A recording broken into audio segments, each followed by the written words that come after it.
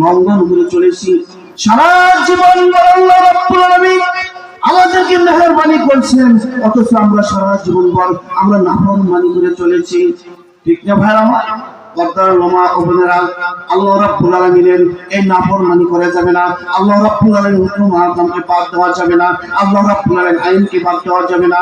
আমাদের ব্যক্তিগত জীবনের থেকে শুরু করে রাষ্ট্র জীবন পর্যন্ত আমাদের আল্লাহ রাব্বুল আলামিনের সকল হুকুম আহকামকে আমাদের মানতে হবে। আল্লাহ রাব্বুল আলামিন যেন আমাদের মানার তৌফিক দান করেন। সকলে বলি আমিন।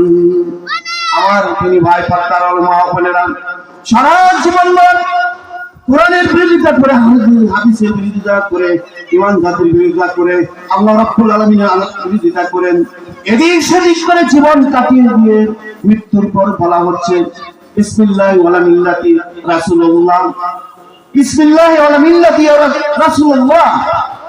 মৃত্যুর পর বলা হচ্ছে সারা জীবনটাকে এদিক সেদিক করে কাটিয়ে দিয়ে আল্লাহ রাব্বুল আলামিনের হুকুমের বহির্ভূত হয়ে, আল্লাহ রাব্বুল আলামিনের হুকুমকে বাদ দিয়ে আমাদের জীবনকে এদিক সেদিক করে কাটিয়ে দিয়ে আর মৃত্যুর পরে বলা হচ্ছে বিসমিল্লাহি ওয়ালা মিল্লাতি রাসূলুল্লাহ।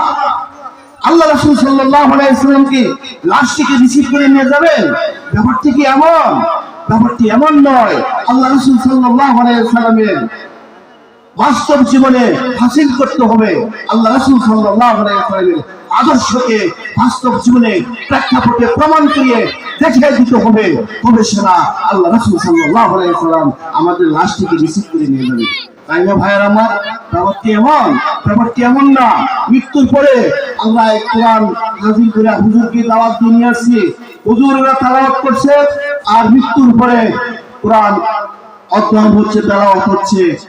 আমরা ভাবি এই কোরআন খতম করলে গৃহস্থ নসিব হয়ে যাবে। ব্যাপারটি এমন না। তোমার জীবন থাকা অবস্থায় তো তুমি কোরআনের কাছে আসতে চাও নাই, কোরআন শিখতে চাও নাই, কোরআন জানতে চাও নাই।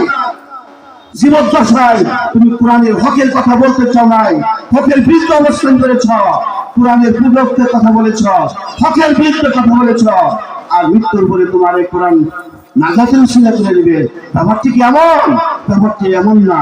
আমার বন্ধুগণ ভুল বুঝবেন না। কোরআন পড়লে অবশ্যই সওয়াব পাওয়া যাবে, কিন্তু আল্লাহ রাব্বুল আলামিন শুধু সওয়াবের জন্য কোরআনকে নাযিল করেন নাই। আমাদের ব্যক্তিগত জীবন থেকে রাষ্ট্রীয় জীবন পর্যন্ত এই কোরআন হুকুম হাকাম আমাদের মানতে হবে।